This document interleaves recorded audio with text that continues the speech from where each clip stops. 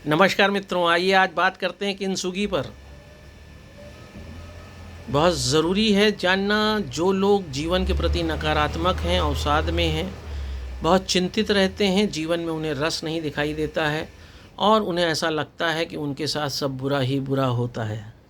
उन्हें ऐसा लगता है कि जीवन जीने का कोई मतलब नहीं रह गया। उनके लिए किंसुगी को जानना बहुत ज़रूरी है। जी हाँ, मैं बात कर रहा हूँ किंसुगी की, जिसको अंग्रेजी में KINTSUGI किंसुगी कहते हैं। वैसे किंसुगी है, लेकिन प्रोनाउंसिएशन में उसे किंसुगी किंसुगी कहते हैं। जापानी दर्शन है, जापानी एक तरीका है जीवन जीने का। और मैंने जब इसके बारे में जानना तो मुझे लगा कि मैं डॉक्टर आलोक चांटिया AIRO NDF चैनल के लोगों के साथ, उन सुधीजनों के साथ इस विचार को ज़रूर बांटूं, क्योंकि आज के दौर में जिस तरह भारत जैसे देश में हर तीसरा आदमी मानसिक रोगी होता जा रहा है, जीवन के प्रति निराशावादी होता जा रहा है और उसे लगता है बहुतों के पास तो पैसा भी बहुत है फिर भी वो खुश नहीं है, बहुतों के पास ऐश्वर्य है, वैभव है, फिर भी वो खुश नहीं है। ऐसी समय में मुझे ऐसा लगा कि किंसुगी के बारे में बात करना चाहिए और ये बहुत सरल भाषा में मैं आपको समझाता हूँ। किंसुगी एक टेक्निक है जिसके बारे में मैं आपसे बात करूँगा, लेकिन उससे पहले आइए बात करते हैं कि अक्सर आप घर में देखते हैं कि आप बहुत सुंदर सा डिनर सेट लाए हैं या चाय का सेट लाए हैं, टी सेट लाते हैं और अचानक आपके हाथ से फिसलता है, टूट जाता है। आपके हाथ से अगर टूटा तो आप केवल अफसोस करते हैं, बट अगर आपके कहीं बच्चों के हाथ से टूट गया है तब तो आपका गुस्सा सातों आसमान पर होता है और आप उनके साथ मारपीट भी कर लेते हैं, क्योंकि आपको लगता है कि उसकी नासमझी में बच्चे ने गिलास तोड़ दिया, कप तोड़ दिया, डिनर सेट तोड़ दिया, कितना महंगा था, फिर कैसे आएगा, और आएगा भी तो अब वो बात नहीं रह जाएगी और उसने पूरा सेट ख़राब। ऐसा करके आप बड़ा सामान्य सा माहौल ख़राब हो जाता है, गुस्सा बहुत देर तक शांत भी नहीं होता है। ऐसी स्थिति जब कभी भी जापान में आ जाती है, क्योंकि यह बात बड़ी सामान्य सी है, और ये बात करने से पहले मैं आपको बताऊं कि मेरी ही एक महिला मित्र ने एक बार एक कप के टूटने पर मुझसे इस बात को कहा था। उनके हाथ से एक कप गिर गया तो उनके मुंह से जो पहला शब्द निकला था वो ये था, आज इसकी मृत्यु हो गई, इसकी उम्र यहीं तक थी मुझे लगता है। तो मैंने कहा मृत्यु हो गई?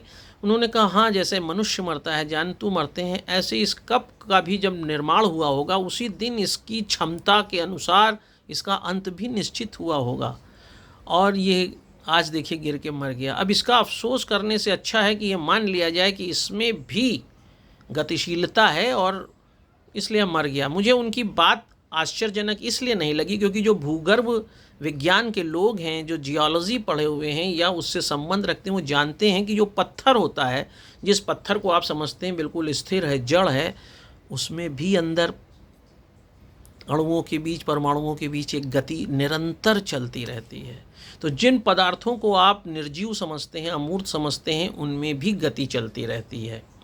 और इस गति के कारण मुझे लगा कि उनकी बातों में एक दर्शन जरूर छुपा है, कब की भी मृत्यु हो सकती है। तो उसी बात को आज जब मैंने किंसुगी की बात को आपसे करने की सोची तो मुझे ऐसा लगा कि बात को एक आकार देने का प्रयास करना चाहिए। और जापान में जब ऐसा होता है कि कोई का कोई महत्वपूर्ण चीनी का कप, प्याला, प्लेट टूट जाता है तो निश्चित रूप से यह गलत बात है, लेकिन वो इसमें क्या करते हैं कि जितने टुकड़े टूट के बिखर गए हैं उनको इकट्ठा करते हैं। फिर वह एक ऐसे एक्सपर्ट के पास जाते हैं जो सोना, चांदी, प्लैटिनम, इनके तार से और इनके पाउडर से उन टूटे हुए हिस्सों को फिर से जोड़ता है, और सारे हिस्सों को जोड़कर, क्योंकि कई बार ऐसा होता है ऐसे टूटते हैं जो बीच में उसके जो कण हैं वो बिखर जाते हैं, वो एक तरह से बैठ नहीं पाते, उन्हीं के बीच में यह प्लैटिनम, चांदी, सोने के पाउडर, तारों से उनको जोड़कर फिर से एक दूसरी तरह का, उसी तरह का कप, उसी तरह का गिलास, उसी तरह की प्लेट तैयार की जाती है, जो सच मानिए उस पहले वाले प्लेट, कप, गिलास से ज़्यादा खूबसूरत दिखाई देती है। और उसके आधार पर वो उस जो चीज़ टूट गई है उसकी भरपाई करते हैं। यहाँ इस सारी प्रकरण में एक जो दर्शन वो सोचते हैं, जो दर्शन छुपा है, उसमें जापानी लोग ये मानते हैं, वो किंसुगी मेथड को इसलिए अपनाए हैं क्योंकि उनका मानना है कि अगर कोई भी स्थिति ख़राब हो गई है तो उसको चीखने चिल्लाने से अच्छा है कि उस पर आप ध्यान दें, तो वो उससे भी ज़्यादा बेहतर स्थिति आपके सामने आ सकती है। उसको नकारात्मक देखने की बजाय आपको सकारात्मक देखना चाहिए। जैसे प्याला टूटने के बाद सोने, चांदी, प्लेटिनम के पाउडर तार से और ज़्यादा खूबसूरत स्थिति में दिखाई देने लगता है। ऐसे जीवन में भी यदि कोई निराशा आती है, कोई अवसाद आता है, कोई दुख आता है, तो आप उस बिखराव को, उस रिक्तता को फिर से समेट कर प्रयास करें अपने कर्मों से। तो जैसे चांदी सोना के पाउडर लगने से वह कब सुंदर बन गया, जीवन पहले से ज़्यादा बेहतर खूबसूरत हो सकता है। और जैसा कि आप इंग्लैंड की राजा ब्रूस की कहानी जानते हैं कि वह 31 बार लड़ाई हारा था, और उसके हारने के बाद भी सिर्फ एक चींटी के बार बार चढ़ने गिरने से उसे प्रेरणा मिली, और वह फिर शक्ति बटोरता है और वह युद्ध जीत जाता है। कहने का तात्पर्य यह है कि जब भी आप नकारात्मकता की ओर जाएं, तो देखिए सकारात्मक क्या हो सकता है। या ठीक है कि एकलव्य को द्रोणाचार्य ने युद्ध कौशल विद्या सिखाने से इनकार कर दिया और एक नकारात्मक स्थिति पैदा कर दी, लेकिन एकलव्य ने उन्हीं के चित्र को बनाकर उस विपरीत परिस्थिति में उससे भी ज़्यादा बेहतर तरीके से युद्ध विद्या सीखकर यह साबित किया कि यदि व्यक्ति किसी विपरीत परिस्थिति में आता है और वहाँ नकारात्मक नहीं हो रहा है, तो वह अवसाद में जाने के बजाय ज़्यादा बेहतर स्थिति में दिखाई देता है। सोशियोलॉजिस्ट पेट्रिम सोरोकिन हो, चाहे पेट्रिम सोरोकिन तो द्वितीय विश्व युद्ध में जेल तक गए, लेकिन उन्होंने वहाँ पर उससे हार नहीं मानी और अंत में वो विश्व के एक विश्वविख्यात सोशियोलॉजिस्ट बने।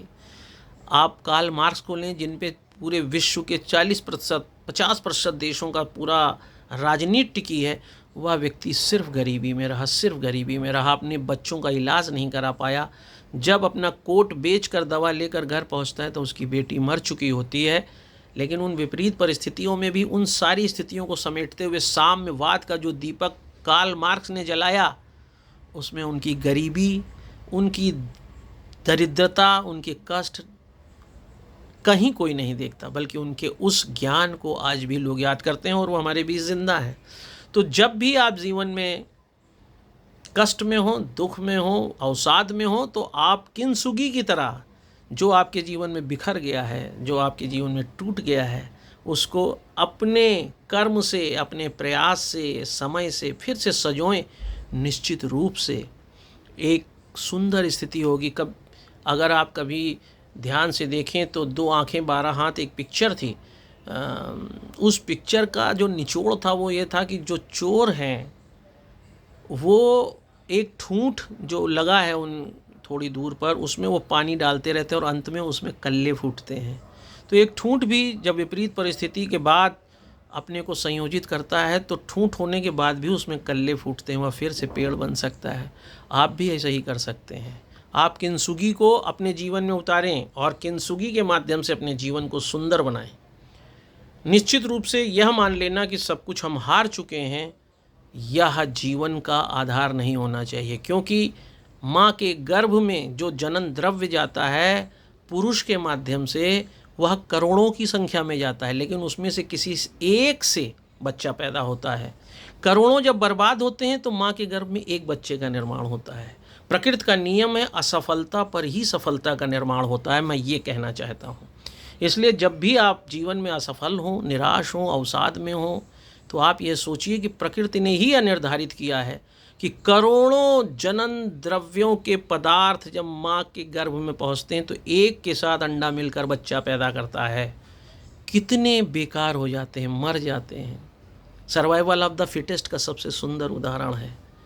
तो फिर अगर हमारी असफलताएं मिल रही हैं हमको, हमें निराशा मिल रही है, तो आपको निराश नहीं होना चाहिए। माइकल फैराडे ने जो चुंबकीय सिद्धांत दिया, 11 साल तक वो लैब में काम करते रहे और विक्षेपण होता ही नहीं था। अंत में निराश होकर गैल्वेनोमीटर सामने रखा है, वह चुंबक को उठाकर फेंक देते हैं कि अब प्रैक्टिकल नहीं करेंगे, और वो देखते हैं जब एक गति से उन्होंने चुंबक को फेंका तो गैल्वेनोमीटर में विक्षेप होने लगा और वो खुशी से पागल हो गए और फैराडे का चुंबकत्व का सिद्धांत आ गया।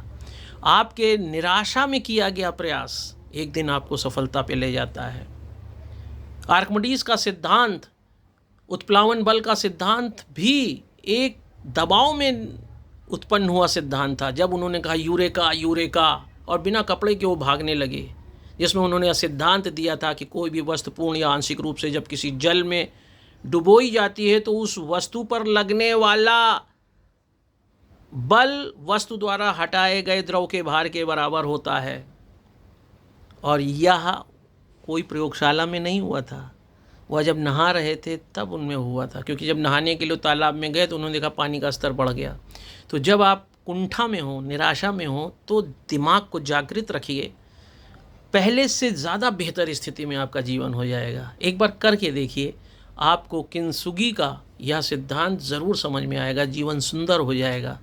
और सुंदर बनाने के लिए आपको मेरा यह वीडियो दूर तक ले जाना होगा, क्योंकि भारत में जिस तरह लोग निराश हो रहे हैं उसमें यह वीडियो बहुत महत्वपूर्ण भूमिका अदा कर सकता है। आइए कुछ बेहतर करते हैं, ताकि अखिल भारतीय अधिकार संगठन अपने कर्तव्यों के माध्यम से सभी के जीवन में गरिमापूर्ण जीवन की वकालत ही न करे, बल्कि उसकी स्थापना में भी एक प्रयास करता रहे। नमस्कार।